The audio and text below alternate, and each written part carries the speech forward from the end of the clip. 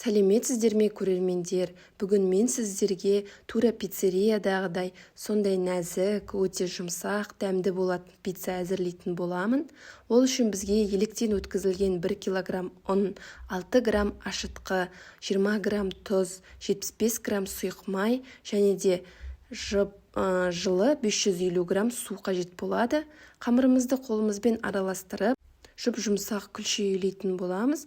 Күлшемізді 4 бірдей бөлікке бөлеміз. Бірдей 400 граммнан бөлінуі керек.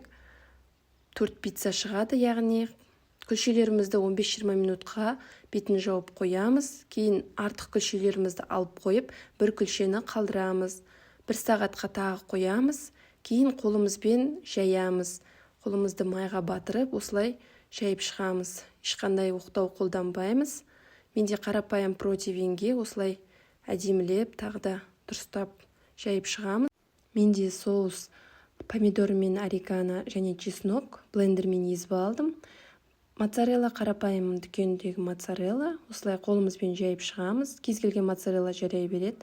Колбаса, тауық етінің колбасасы. Осылай әдемілеп, реттеп жайып шығасыз қалауыңыз бойынша. Кейін пешіңіздің ең жоғарғы градусында 10 минут, көп болса 12-13 минут пісіріп шығасыз. Міне осылай әдемі болып пісуі керек. Жұмсақ, өте нәзік, тура пиццериядағыдай болып шығады. Салмасын ауыстырып, басқа салма салуыңызға болады колбасаның орнына, мысалы помидор, кез келген көкөністің түрлері. Міндетті түрде жасап көріңіздер. Егер рецепт ұнаса, каналыма тіркеліп, лайк басып, комментарий қалдыруларыңызды сұраймын.